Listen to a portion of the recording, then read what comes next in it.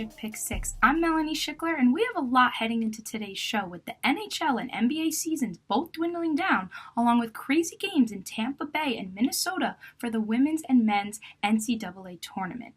Today we start with pick number 6, which is the buzzing Carolina Hurricanes. After defeating the tanking New Jersey Devils 3-1 on Thursday night, the Carolina Hurricanes clinched a spot in the Stanley Cup playoffs for the first time in 10 years.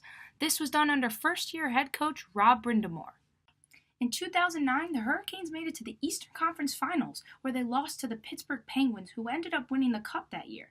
Now, the Hurricanes have great young stars in 24-year-old Teuvo Teravainen and 21-year-old Sebastian Aho. Teravainen leads the team in assists with 55, while Aho leads the team in goals with 30 and overall points with 83. Despite their stellar on-ice performance this season, that's not what has been in the spotlight all season. Instead, it's what happens after the game. After each home win, the Hurricanes make up this unique performance for their fans.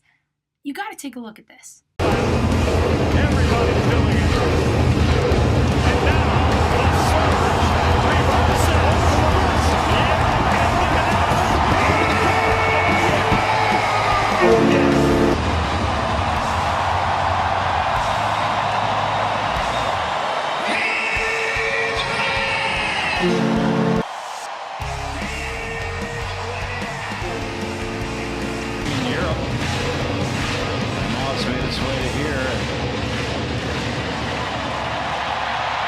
Here they're playing Duck Duck Goose, and this is truly something we've never seen before. This has caused tremendous support from the fans, which the Hurricanes will need going into the first round of the playoffs, where they haven't even found themselves in 10 years.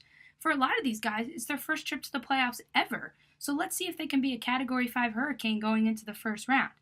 But let's turn it over to a unique pick for pick number 5 on today's show. Just announced last week, notable ESPN commentator Stephen A. Smith will sign the largest contract for on-air talent in ESPN history. Known for ESPN's First Take, Stephen A. has developed an outstanding career providing top-notch insight and analyses on sports, mainly basketball and football.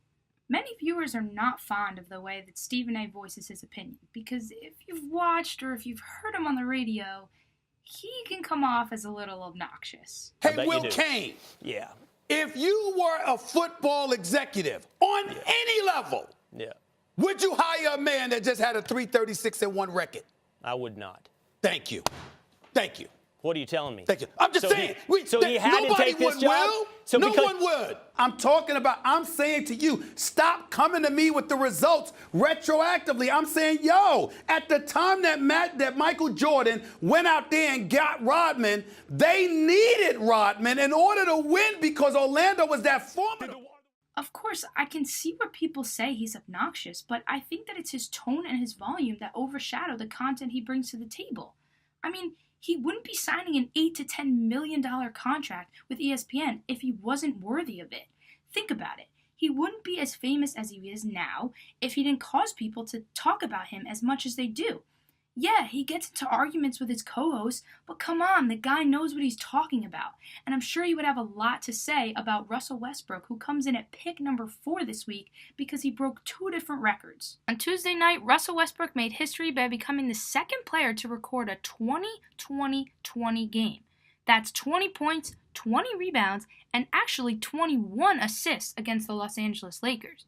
Westbrook didn't even score his first basket until the middle of the second quarter, with most of his points coming in the third quarter. He was too busy assisting on his teammates' baskets in the first half. He had 10 assists in the first quarter alone and added 5 more before the end of the first half. He seems to be an assist machine lately with this unbelievable spin move, no-look behind-the-back pass to Steven Adams on Friday night. Westbrook wants to push for the Thunder.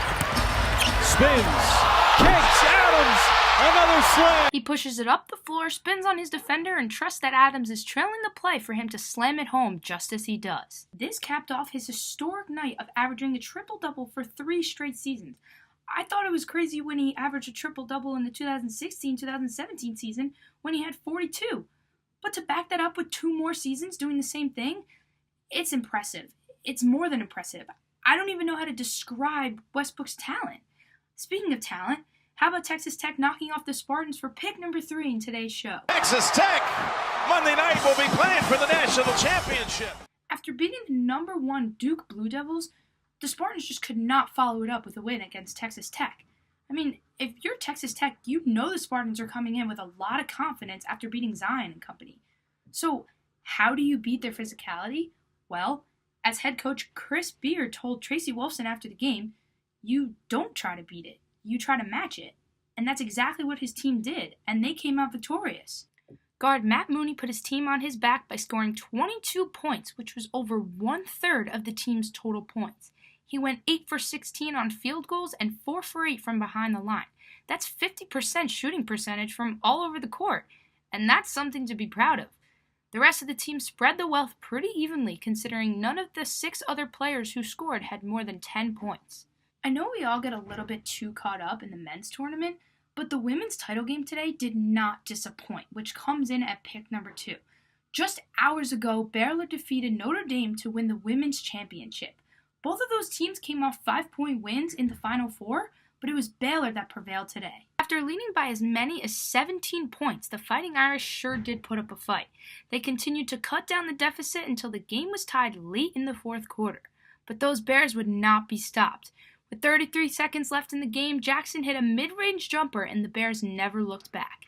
With the clock winding down, Arike Ogunbowale gets fouled, but can't hit both shots. The pressure she must have felt stepping up to that line, knowing the game was in her hands, must have been too much for her. This for sure does not override her accomplishments in years past. Last year, she had 2 buzzer-beating, game-winning shots to help her team win the national championship. Hats off to both teams, both coaches. You gotta be proud of these women regardless of the outcome. And now for our 3rd straight episode, we have a crazy story for pick number 1. Auburn, Virginia. What a finish. How about that for a nail-biter? Auburn was this close to getting to the title game until Samir Dowdy fouled Kyle Guy on his final attempt to win the game. Kyle Guy then stepped up to the free throw line and knocked down all 3 shots. Here's a look at the final second of the game. Well, they got the lob. Looking. It's Guy from the corner for the win. Hold on. Did I hear a whistle? Wow. We got a foul call. Desperation shot from the other corner. Wow. 81%. He's tied it. Wow, this is unbelievable. For the lead. He got all 3. Fans were not happy about this call, but the rulebook states that if you go from point A to point B and you make contact with the player on your way to point B in midair, that is indeed a foul.